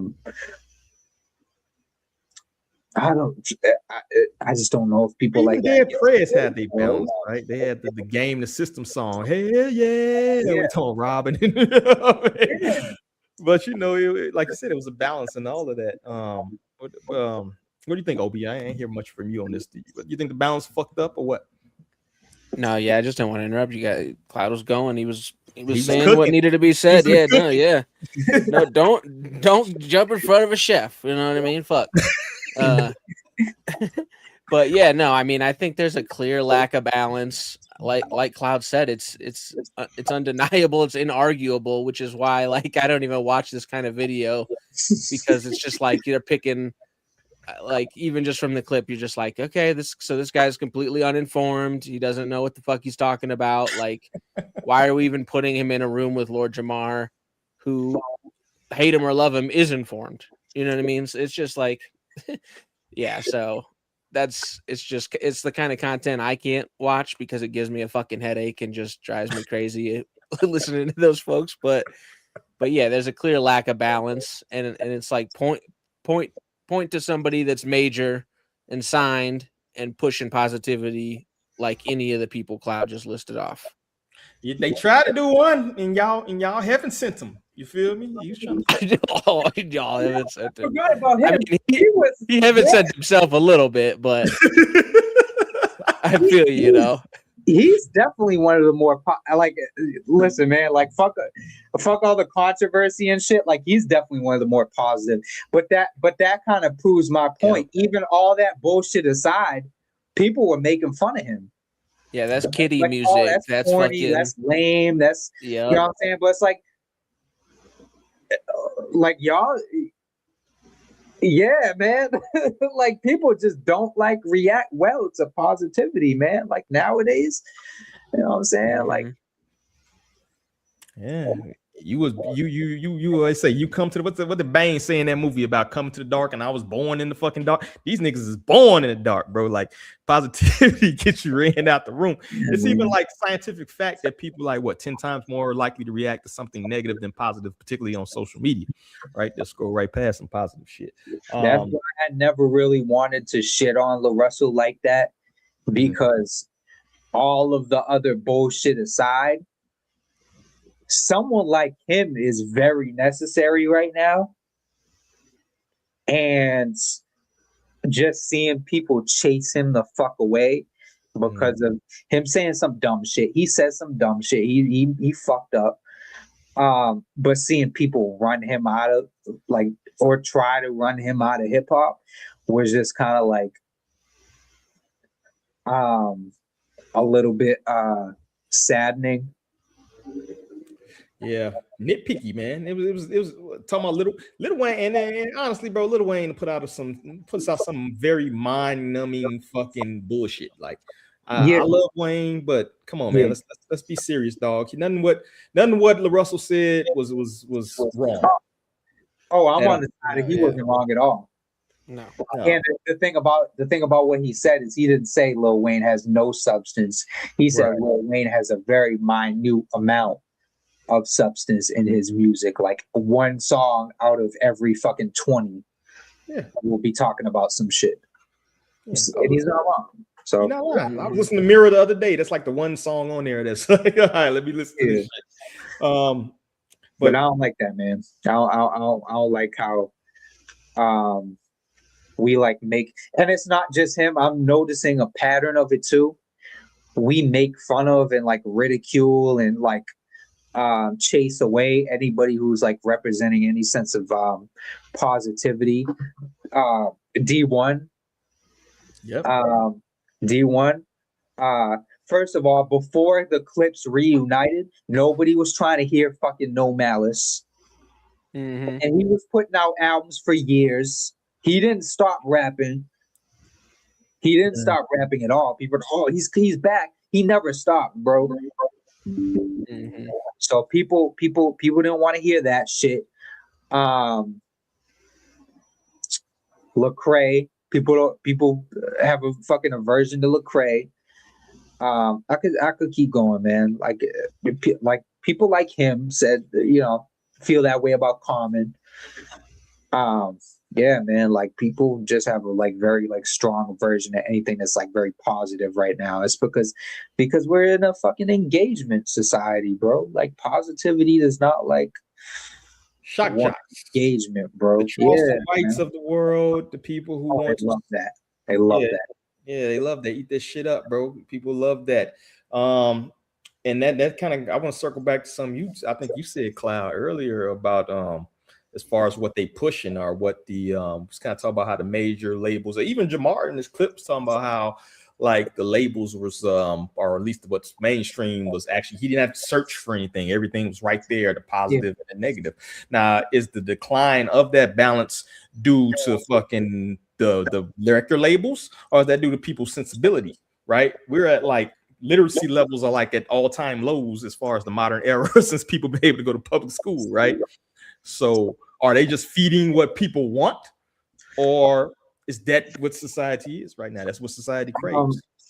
I think it's honestly, I think there's less artists making positive shit, man. Every year there's less and less people making positive shit because they know that they're gonna get the same reaction because there's like, as people seeing, like I'm seeing it, so I know other people are seeing it. They're seeing they're seeing all these people make fun of La Russell, make fun of Lecrae, make fun of D1. Like nobody wants to hear that positive shit. Like shut the fuck up. Like we, you know what I'm saying? Like we ain't trying to hear none of that. Like that kiddie shit. Like artists or people that haven't become artists yet, they're seeing all this, they're internalizing it, and they're applying it to themselves. So it's like as the years go by, we're getting less and less and less of those types of artists. You know what I'm saying? Like that's discouraged. Because it's like people don't want to hear that shit. Well, people wanted to hear the positive, they would make more of it, don't you think? If they wanted to hear it. Well, they don't. I mean, you're not gonna make it if you feel like the whole world's against you. Chicken and egg, dog. Some will push like past that, like all the world needs this shit. Fuck that. But some are, some will just resign. Like like if I try to like come out with that, like they just gonna like throw me away, or I'm not even gonna get through the door. And you know what's So- crazy? You know what's crazy is LaRussell, I believe he's on America's Got Talent like right now. Like and they like in the second round. So it's like so people do like the positive shit. Is it just the fucking culture? I think he just never once he got through the door, he was good. He was good. People try to get him out of here though. That's the thing. It's like people looking at the reasonings that people tried to get him out of here was just like, you know, kind of set that off in my mind, like the kiddie shit. I don't know. I didn't look at it like that, but like once he got through the door, he was good. We think Obi Man kind of quiet, dog. Is they just feeding the streets with this negativity shit, dog? Is that what the label's doing? Feeding the streets? What they want? Yeah, you know, I think that yes, I do think that is what's going on, and they push that, and it's what's bought. And then I also think that people are maybe like everybody are in a more like negative mind state nowadays than they were 20 years ago, potentially. I don't know. Maybe I'm wrong. I was younger 20 years ago, obviously, right? But it just feels like things just feel different than when I was a kid, at least. It doesn't around where I live, shit ain't as positive. There's like way more people, there's overcrowding, there's less feels like there's less opportunities at times, all like more opportunities in some ways for sure.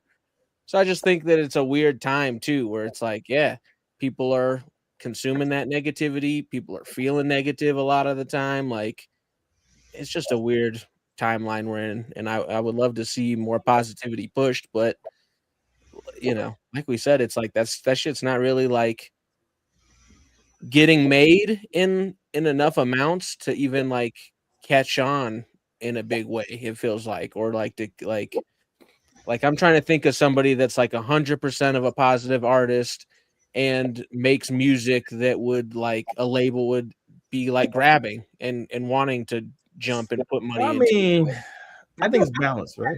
Chance.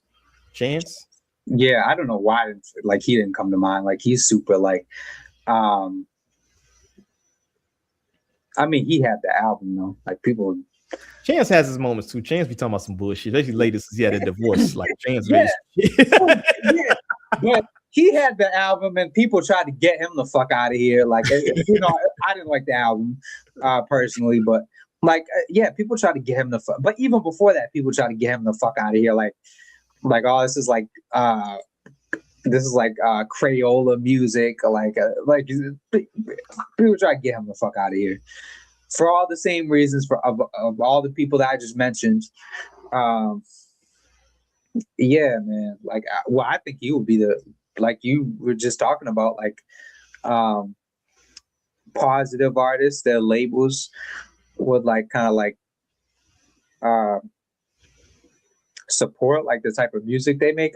Chance will probably be the only thing. I mean, maybe Vic right now, the pivot Vic's made, but they're already signed. So, well, I don't know about Chance. I think Chance is indie now, but yeah. I mean, Russell. I don't necessarily think it's so much about being positive as much as supposed to being like realistic, right? Like the Sabas of the world, right? His shit is not necessarily positive or negative. It's just he talking about real life shit. You know what I mean? Like mental health shit or what I'm going through. My homeboy got, you know what I mean? Like it was a time where like if you told a story, you know, you had the positive, like the drug dealer that makes $1 million, but then he goes into fucking prison. You know what I'm saying? Like people just kind of telling stories that they experienced or saw in real life, and I think that's probably the part that's missing. You know, there's no counter to that. Story way. The thing about that though is like I really like Saba too. People that are like in that lane, that are like they're more leaning towards the like uplifting type of shit, like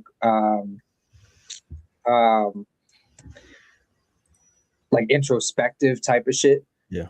They're more leaning towards that. There's kind of like in 2026, there's kind of like a ceiling for that. And like, I don't know when it started, but they're kind of like started to become a ceiling for that type of shit, which I fucking hate too, because it's like they're not like overly preachy. It's like, but that's why I like roll for that Overcast album so heavy. Like this shit is fire. This shit is like the type of shit more people need to be fucking with, need to be supporting. But it's like, as like I started realizing, like, oh, this type of shit got like a ceiling, man. Like, oh, only so many people gonna like rock with this type of shit, even though this nigga got like Drake placements. That really don't fucking mean anything. Yeah, man. Like I don't like the way hip hop is going, like content wise, man. Like I really don't. I know people are like trying to say like, oh, we got so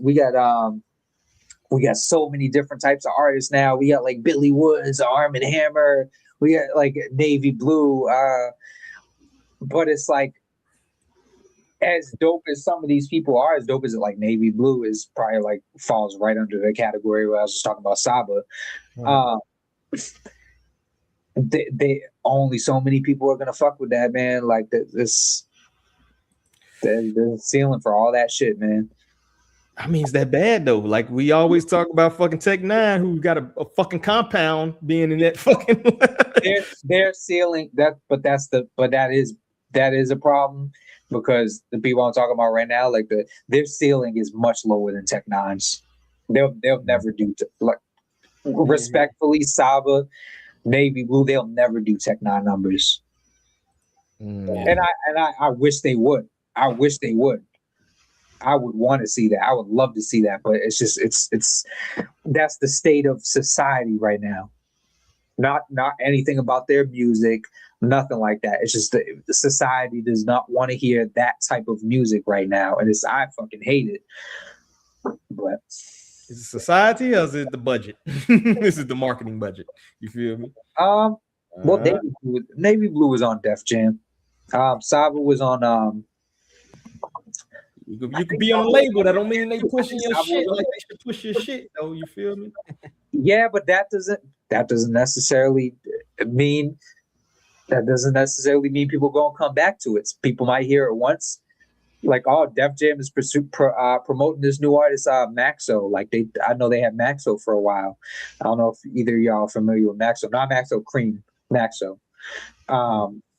They were promoting him for a while, and that didn't like really go too crazy. Like he had Q-Tip's manager, like he got shit set up for him, but like it just did the type of music he made just wasn't like connecting with like a larger audience.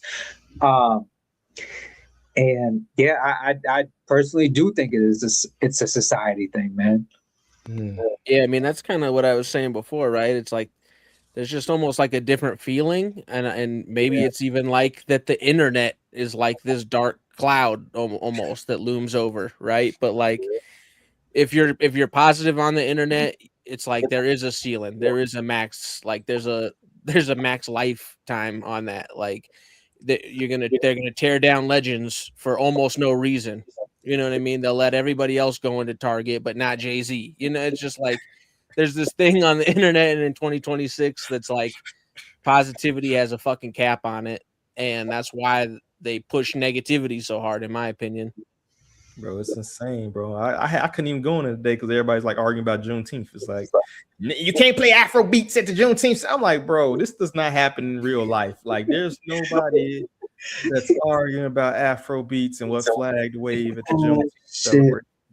This doesn't happen. It just doesn't happen in real life. The internet is full of weirdos, dog. Like, it's my God, like any and everything you could argue about. And then that's really the thing. It's still at this point, the internet is still the marketing tool for music. It's still probably number one, right? I would agree with that. I'm not sure if y'all. And a lot of it can be free marketing, which is why it's like, oh, the internet loves negativity. Lean into that, and then you catch free marketing off of that. And, you know, boom, boom, boom. Now you're not paying for shit. And you're getting a big boost. Listen, man. Your own bank account. 3 things that are guaranteed to do numbers is like fucking ratchet shit.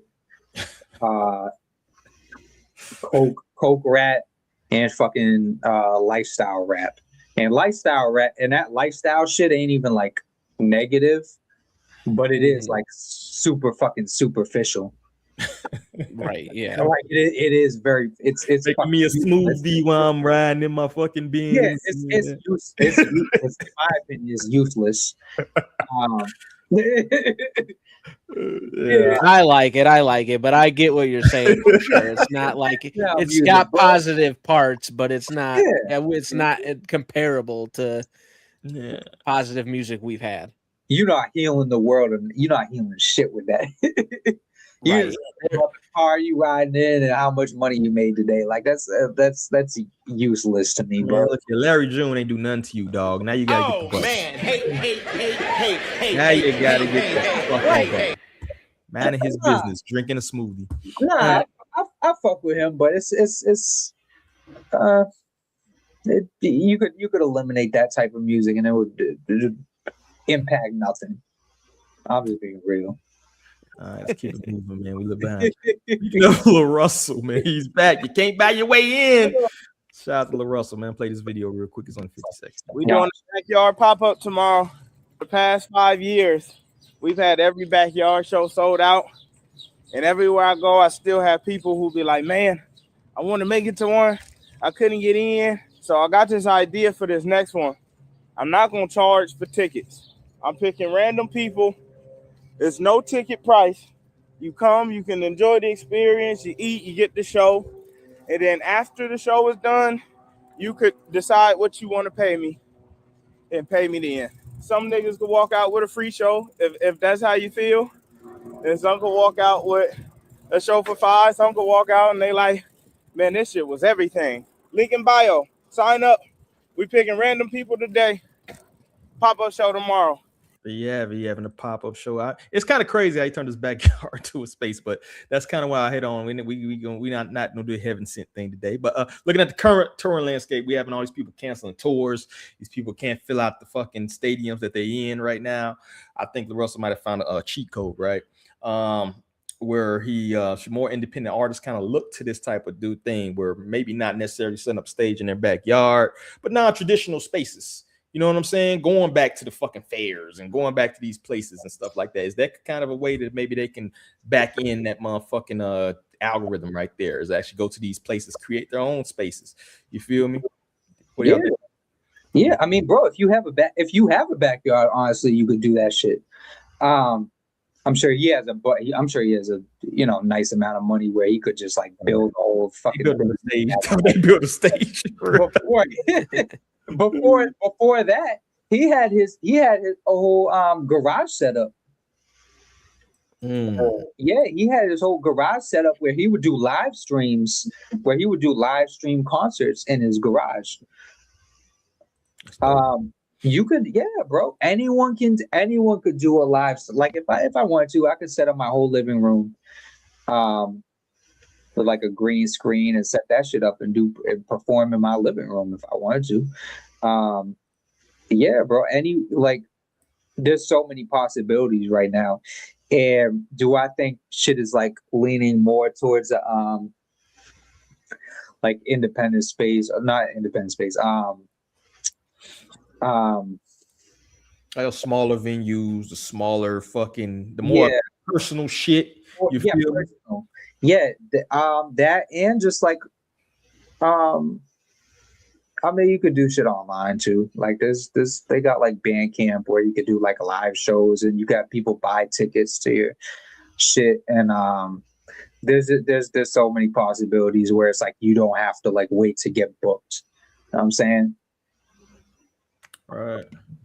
Yeah, I agree. Yeah, no, I mean, I was just gonna say, as someone that's goes to a lot of concerts, right? I've been pushing that you don't need to have a big tour. You can find small venues. You can make your own spaces. This is stuff that like some other genres do, this kind of small venue stuff and like do private concerts and have all kinds of stuff like that people love. Like that should definitely be something that should be pushed into hip hop and a lot of other things from other genres, as far as like live performances and merch and stuff, I've been pushing to be like, yeah, we should be adopting some of that stuff because there's some cool things happening and fans are interested. All right, let me push back a little bit on that. Now, let's just say you do have these fucking venues, these block parties, these more intimate venues, smaller clubs. We know the superficial nature of hip hop, right? Do you think some of these artists that maybe had like stadium tours before, maybe back in the day was even popular or something like that, do you think they would do that, just not do something like that just because if they can have like this thing like, oh, he fell off, oh, he's in the backyard performing? You know what I'm saying? Is that stigma attached to something like that, and is that part of the reason you don't see more of the intimate shit? You know what I mean? Especially with the internet. Sure, but I get that, but also I would argue back, like, isn't it better to see a giant, like a filled room of your fans that you're making money off of, as opposed to like an embarrassing social media post where you have a tour and all the seats are empty and shit like that? Like, that doesn't look good. That's not going to be good for this big artist that used to be big. You know, like that's more embarrassing to me. Yeah, people need to stop giving a fuck about any of that. People just need to stop caring. Everybody cares way too much about their perception. Where it's like, bro, if you selling 100 tickets, like you selling 100 tickets, like that's how much is that? If that's all going in your pocket. Well, yeah, and if you're putting on a bigger production, that's like arguably going to cost more money. And then if you're not selling out the seats, now you're looking at even less money in your pocket, right? Whereas a smaller venue, smaller performance, maybe has a smaller budget that you have to put into it, but you're selling the whole thing out. That's a much bigger plus in my book. No matter who you are. Like all that 15, like say you sound like 20 tickets, and you just sold like 500 tickets. Exactly. So you're not getting that split. You now have to split it out with the venue, with the higher artist security. You can sell your own merch while you're there. You feel me? You know what I mean? So it's a lot. If I was an artist, I would buy a venue. And then, you know, like how Chappelle owns that comedy store or whatever it's called, like I would be performing at my own venue once a month. And then I'd be using it for other artists. Like, why would you not invest your money into I mean, there's reasons. You got to research. You got to do the business part. You know, it's not just a fucking, but it's doable. Yeah, man. Part I like about Bandcamp too is they have like, when you're performing, they'll have it on the side, like they'll have your merch on the side. So people, while they're watching you, they can order merch. That's dope. Which is dope. Shit like that. Yeah, man. Yeah, definitely. Master the art of the upsell, dog. Like you need to do that these days. You got to learn how to go multiple avenues of how to sell that one piece of product. You feel me? Or that one performance or that one album. It should be different ways. I think people just got kind of lazy, dog. You put out that one, project and just like, fuck it. You know, you're like, dog, you ain't Drake, man. You need to push that motherfucker. Some people will release some shit and then just move on to some other shit. Like push that shit for like a year, bro. Especially with independent artists, why not push it for a year or two, dog? Sometimes it takes that long for some shit to blow up or catch on. You feel me? You can still make other shit, but push all your shit, man. You feel me? But I still got people just dropping links in the fucking inbox and shit. Once again, too, while we are on this fucking stream, and some of y'all people here, say hi if you're gonna say hello. How you doing? I'm so and so. Learn how to market yourself, dog. Not saying we're a big, huge platform or whatever, but I'm just noticing that type of shit, bro. If you're gonna be in the space, man, learn how to be a little bit more personable. You feel me? And that's all I got. Any last thoughts on that joint, man? All right, 62 people. Let's get up to 75 before we get out of here, man. But I got this one. I think this is gonna be a funny topic, dog. Hip hop lore, dog. So I put up this thread, a lot of bizarre origin stories. Old Dirty Bastard on him like 6-7 times. That man had a hell of a life. But that's the first story on here. At least real moments in hip hop history that's so bizarre it sounds made up. So the first, at least the original prompt talks about Nas. He was supposed to have like a a lifelike animatron of Jay-Z doing a performance at the Hot 97 2002 Summer Jam. I don't know how true that is, but we're going to kind of play a game how we think something true or fake. And this is some good stories in here, yo. We got the first one. ODB was only on Ghetto Superstar because he got lost, wandered in the Plaza studio session and liked the beat. I'm going to say true on that, bro. You feel me? I think that's a confirmed one, ain't it? Second, yes. Freddie Gibbs started rapping because he was selling drugs outside of the studio, then realized that he could rap better than anyone inside. I don't think I've heard that one. I don't know about that one. Yeah. I don't think I heard that one. It's another one. One of my favorite stories about ODB is how the ICP Insane Clown Posse song Bitches was entirely written around him. ICP paid him for a feature and sent him a track. He sent them back 10 minutes of him cracked out and rant raving about bitches over and over again, rapping over the chorus and Shaggy's verse. He was still rant rapping for several minutes after the beat ended. ICP cut his recording into the most salvageable, coherent verse they could and completely rewrote their verses and hooks because they couldn't afford to scrap it after what they paid him. That's probably true, dog. That sounds about right. What I heard, what's another one here? Various tales of Hammer being a serious gangster, including chasing Redman out of Oakland. I didn't hear that story, dog. Putting a hit on third base and intimidating Ice Cube into publicly apologizing for a song. Oh yeah, I heard about the third base shit. But that wasn't Hammer. That was like his brother. His brother was like a gangster, wasn't it? No, it was him. Search talked about that shit. Yeah, it was him. Okay, the original back cover of Tupac's Machiavelli album featured Puffy in the ballerina outfit. Biggie is a dark-skinned pig human hybrid, and Dr. Dre bent over getting that work from a white. I actually seen that cover. I'm not sure if it was real.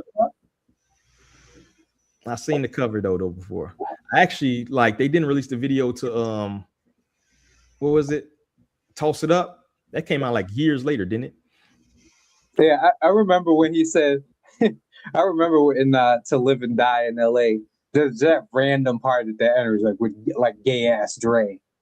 I was like, where the fuck did that come from? California blood. Yo, Pac didn't give a fuck, man. Pac. It was out of nowhere though. It was like a positive ass song. He was like To Live and Die in LA, not like gay ass Dre. What the hell? Yo, you was on Pac shit list. You was on Pac shit list. There's a video on YouTube with a story about Wu-Tang and Bone Thugs having beef. I don't think I heard of a Wu-Tang Bone Thugs. They bump into each other, and then Ghostface and whoever he was rolling with dressed up like ninjas to fight the Bone Thugs. I can't remember who told the story about. I couldn't stop laughing when I heard it. I know about Twista and Bone Thug shit. Oh yeah, I remember that Midwest fucking beat. I don't know about the Wu-Tang and I don't know about that. I remember the shootout with the Delphonics.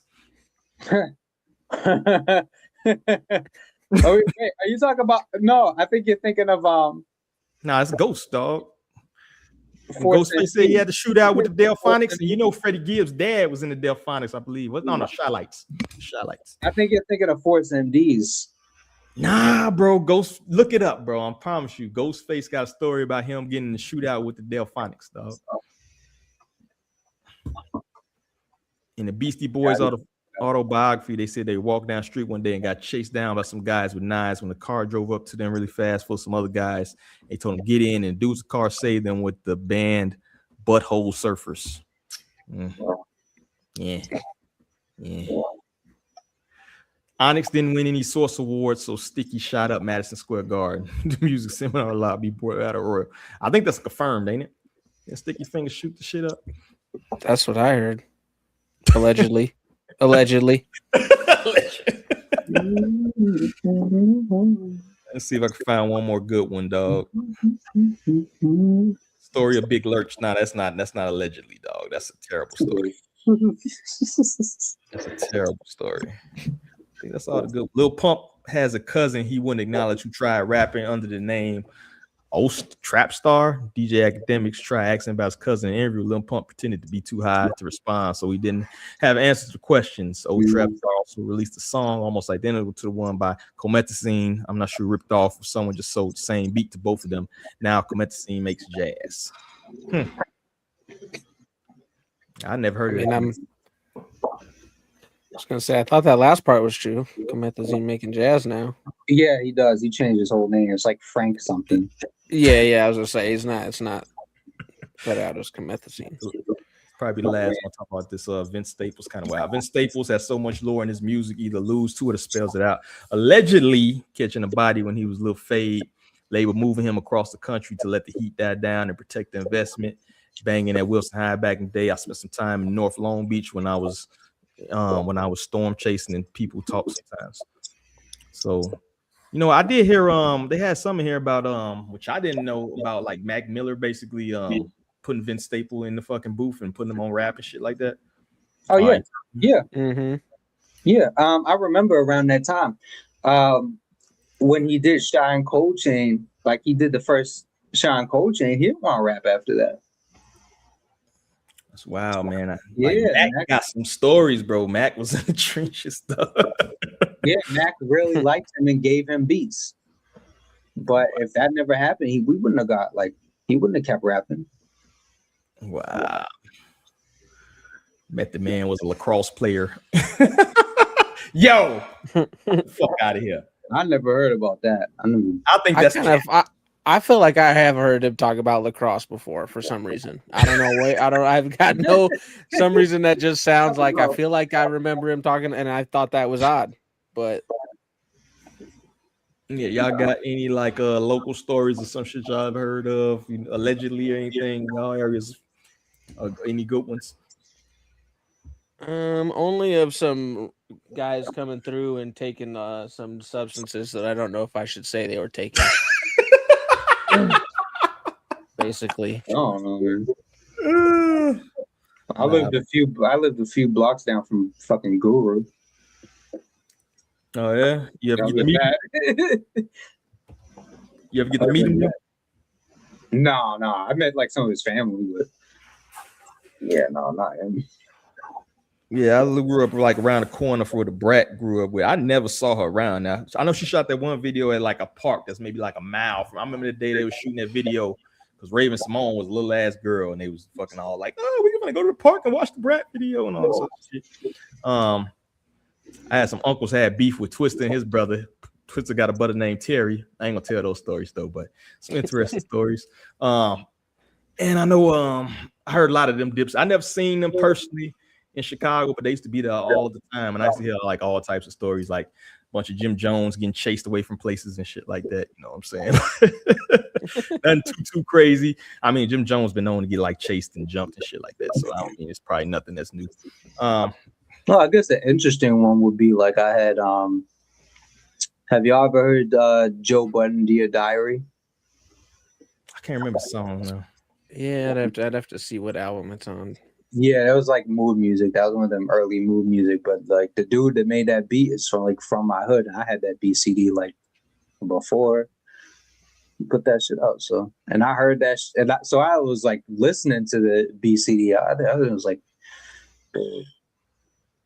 like 13, and I was like rapping at that time. And yeah, like the beat CD, like the CD, back when people still had CDs. But yeah, I heard that shit. I'm like, oh shit. Yeah, that's dope, man. With the tags on it, so I know he didn't buy that shit. Y'all ever do that back in the day? I know a lot of people used to rap and shit. You ever used to rap on the fucking songs with the tag when you can afford the beat and shit? Rap with tags still on it. We did it a couple times, man. Yeah, and I know Joe has a reputation of not paying people for beats, so I know what happens.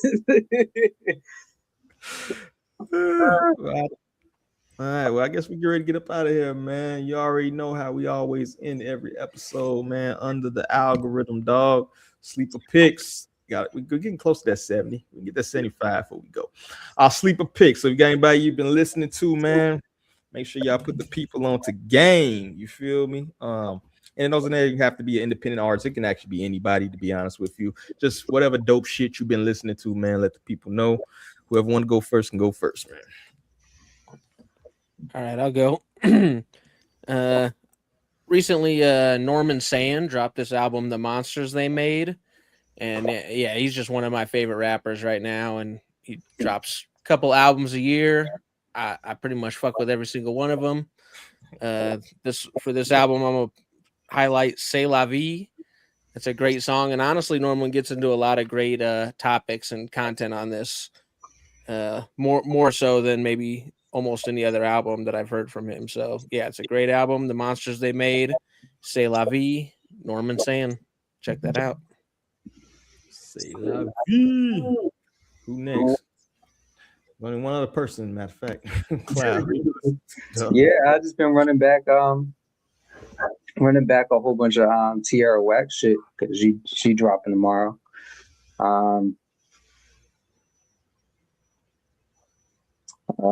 Some random shit here and there, like some Mad Lib, I'm still like listening to that new Mac Homie.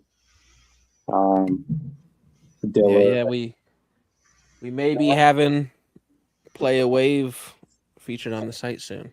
We'll see how that goes. Oh, okay. About Play Haze. Yeah, I think I misspoke right there. Yeah, Play Haze. Yeah, no, man, he's fucking crazy. Some Damo Genesis, just random shit. Okay. Yeah, I've been listening to, dog. I ain't been listening to shit this last week. I've been listening to I still gotta get that Big Walk Dog shit up. I had to run that 2 or 3 times. Man, bro, I've been struggling through this Kodak shit, bro, just to review it. My God. Jeez, my man. God. He has this song, bro, with Reese Youngin, bro, and this nigga's yodeling through the fucking. You gotta hear this shit, bro. Like, Okay, I don't gotta hear that. I will check it out. Just you gotta hear this shit, bro. You gotta hear. I gotta. Some of the worst shit I've ever heard in my life, dog. God bless you. A yodeling nigga, bro. But that's all I got, man. Let's get ready to get up out of here.